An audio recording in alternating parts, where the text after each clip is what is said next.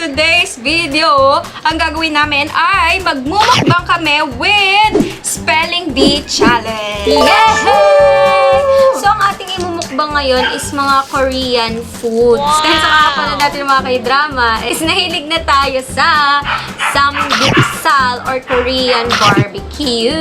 Ito try din natin ang mga Korean snacks. Ito yung mga Korean snacks na ito-try din natin.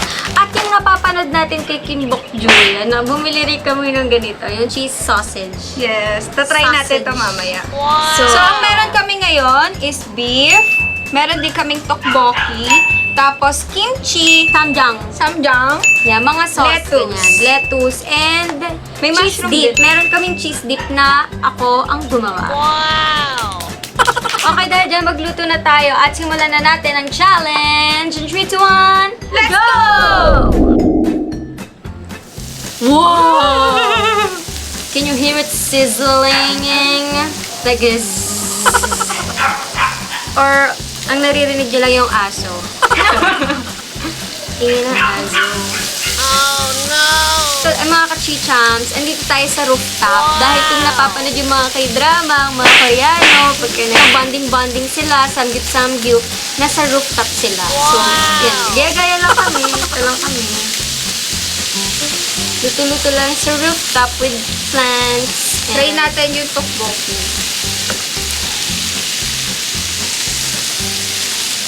Hindi na kasi pagka nagsasamgyup no? May mga ano talaga, taga-hintay, meron ding taga-dito. So, in this scenario, obviously naman, yung isa dyan yung taga-hintay, at ako ang taga-dito. In fairness, ang bilis na maluto. So, kami magkapatid kasi, mahilig kami sa lahat ng mga pagkain. Gusto namin toasted. Yan.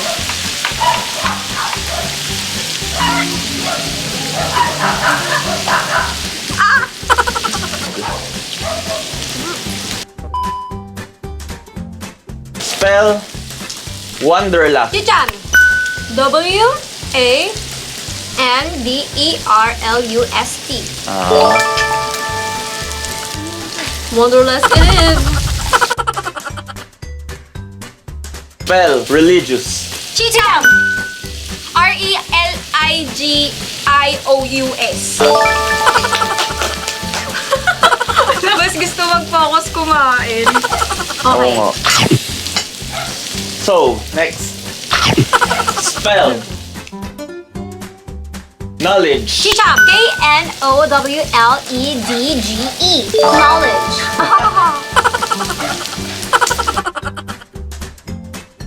Spell Embarrassing. Kachichams. E-M-B-A-R-A-S-S-I-N-G. Embarrassing. Mali. Huh? Embarrassing? Oh my gosh, I'm so embarrassing. Still. A-M-B-A-R-A-R-R-A.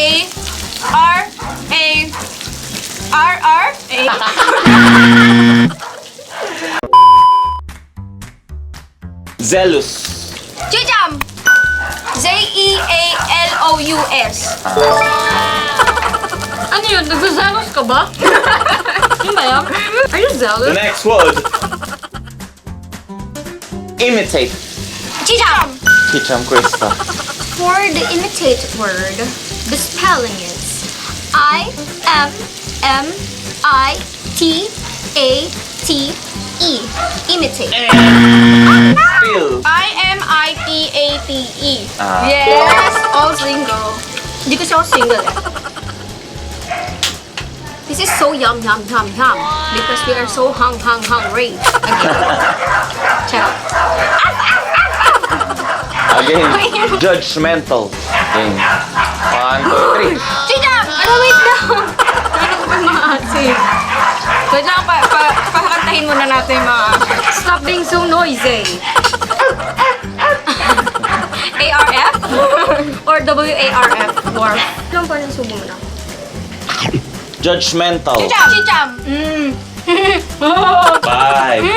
4, 3, J-U-D 2. Nagsimula na ako eh. E-M-E-N-T-A-L. Judgmental. Withhold. Chicham! W-I-T-H-H-O-L-D. Double H? Can you hear that? Misogyny. Chicham! Misogyny. M-I-S-O-G-E-N-Y. Mali. Mali. Ano pala? Still. Misogyny. M-I-S-G. E-O-N-Y.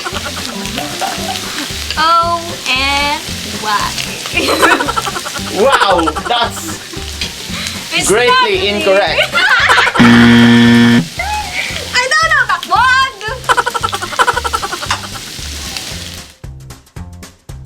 The next word is nauseous. No? Chicham! Ako. N-A-U-S-C-I-O-U-S. That's greatly incorrect. Chance to steal. Nauseous. N-A-U-S-E-O-U-S. That's correct. I-depend na rin yung sa tree. Conscience. Chicham! C-O-N-S-C-I-E-N-C-E. Conscience. Correct. Yum. Okay. Baby, you're a firework, huh? Oh no. Drunkenness. Chicham!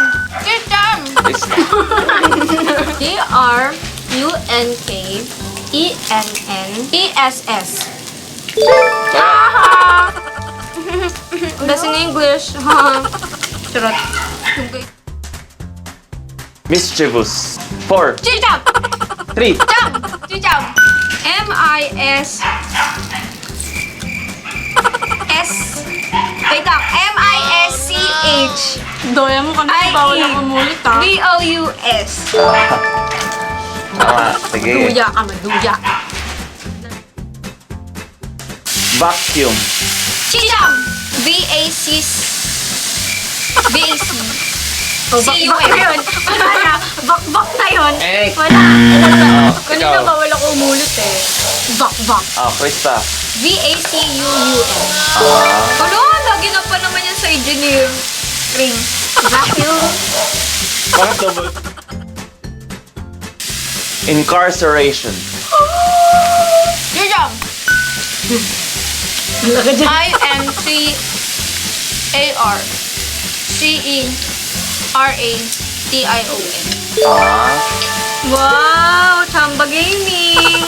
Chamba Gaming! Chamba The next. Lera! Wood. Correspondence. Chicham! Correspondence. C-O-R-R-E-S-P-O-N-D-E-N-C-E. Correct.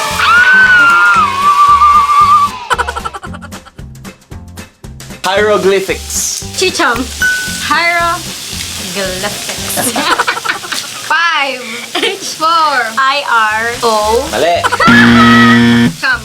Chicham. Trade. Hieroglyphics. Hieroglyphics. H-Y-R-O. None. Wala kang nakatama. Nabayo na pa nga eh. Di pa video get chance. It's H-I-E. Hieroglyphics. Hieroglyphics. Baka mali pronunciation. Ano ba yun? Hieroglyphics. It's the same. Wala namang ibang... Wala namang hieroglyphics sa H-Y. Whatever. A game. Paraphernalia. Chicham! P-A-R-A-P-H-E-R-N-A-L-I-A. Correct. Wow! Yes! Oh my goodness! Parang feeling ko tayo kayo. Feeling ko panalo pa rin ako kasi ako nagluluto eh. And the winner for the Spelling Bee World Championship is... Krista! So this is my prize. Enoki mushroom. I also have that fries. So yummy. Try natin tong samosa siya corn chips. So, ang ano niya is Crown. Brand. Crown.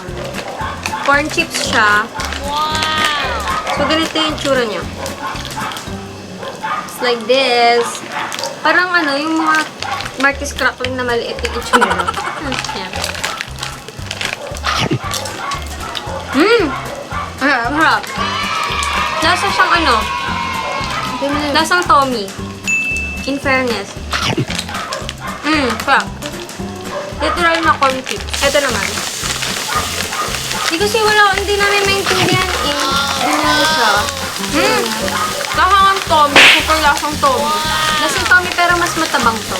No, matabang. Kasi yung sa Tommy medyo mas maalat, malasa. So kung hindi ka super duper fan ng mga super alat na mga chichirya, pero gusto mo corn chips, pwede na to. Ano naman? Ito nakalagay dito, parang yung design niya dito, honey. Parang honey siya, ganun. Mukhang matamis. Yung ano nyo, yung makinang. Yan.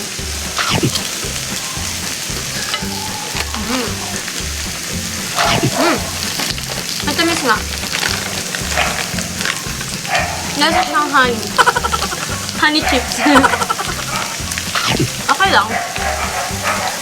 Pero sa matamis kasi, ang gusto ko na chips is yung yung caldo. Honey butter.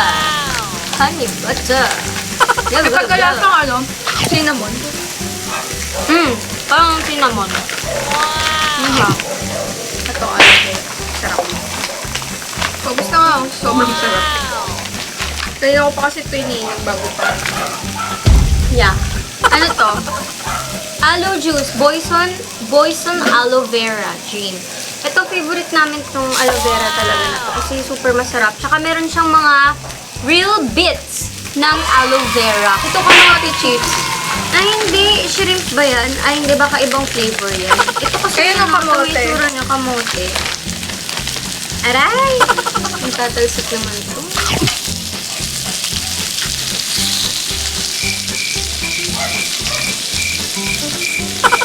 For me, anong lasa? Ngay. Parang nagne-melt lang siya sa bibig ko, tapos parang lasa. Hindi kasi, matamis yung una mo nakain. Kaya siguro ganun. Pero may hint ng pagkakamote, pero sobrang hina. Yan pala may nakalagay, osatsu. Napansin ko sa mga Korean, sa mga snacks sila, hindi siya super flavorful. Hindi katulad ng mga chichirya natin dito sa Pilipinas na talagang maalat, matamis kung matamis. Wala, siguro pang ano lang talaga. Chicha, ganun. Parang ma-feel ka lang may hinuya. Pero siguro, perfecto sa mga na hindi talaga mahilig sa maalat. Pero gusto ng chips. So, okay to. Okay naman. So good. Ito naman ang tinatawag na Jollipong, Jollipong. Ayun yung parang nakita natin na parang boy bawang. Oo, parang itsura. Yung itsura niya, parang siyang bean. Parang kasi siyang bean. Ayan o. Na ano. Fried bean. Malambot.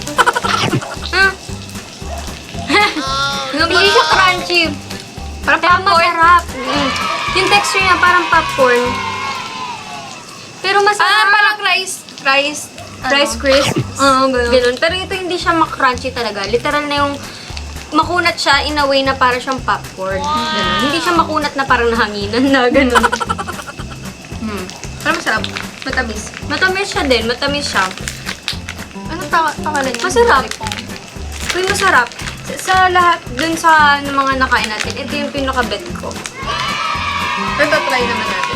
Ito naman yung kinakain ni Kim Bok Jill. Yung ganito, yung lagi niyang snap. Hindi ko mali yung way ko ng pagbukas. Nasa talaga siyang sausage. Hindi naman kasi ata yan cheese eh. Sausage lang talaga ata to. Parang sausage. Diba? Sausage nga talaga siya. Parang chicken sausage. Ganun yung lasa. Sarap. Hindi, parang mga Vienna sausage. Ganun. Siguro perfect siya pang snack sa mga movie kasi wala, ganito. Ang parang ano niya kainin. Yung gaka. ASMR na tayo. Trigo.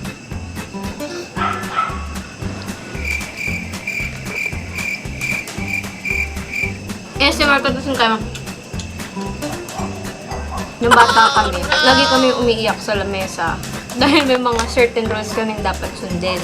Una, bawal kumain ng hindi nakatali ang buhok mo. Yes. Remember, pagka nasa lamesa na kami, tapos nakalugay pa yung buhok namin. Boom! Papalisin ka sa lamesa, magtali ka muna ng buhok mo! Pangalawa, pag nasa kainan ka, hindi pwedeng hindi mo uubusin ang kinakain mo. Kapag kakakain ka, kukuha ka, dapat yung enough lang talaga para sa'yo. Hindi pwedeng kukuha ka ng sobra-sobra, tapos ano naman, hindi mo naman mauubos kasi kung hindi, parang masakit. Tinuturuan lang na kunin mo kung ano yung kaya mo. Takaw tingin, tawag sa ganon. Yung kukuha na madami, bibili ng madami, tapos kapag nandun na sa harap, hindi naman pala kayang kainin. Mga simple lessons na natututunan natin sa loob ng ating mga tahanan. So, syempre, hindi makakampleto ang ating Korean mukbang without ice cream! So, itong ice cream namin ay Melona. Ito ang sikat na ice cream ng Korean here, Melona. Yung jelly no. Parang ice cream na at saka yung mga ice cream nila, yung ma-creamy. Ganon. Hindi yung parang pinatigas lang na juice. So that's it mga kachicham for our mukbang Korean foods plus Korean snacks plus Korean ice cream plus Korean barbecue plus lettuce plus Plus spelling bee. plus spelling bee challenge. So I hope you guys enjoyed kahit na nakikiduwit sa amin yung mga dogs and the insects, you know.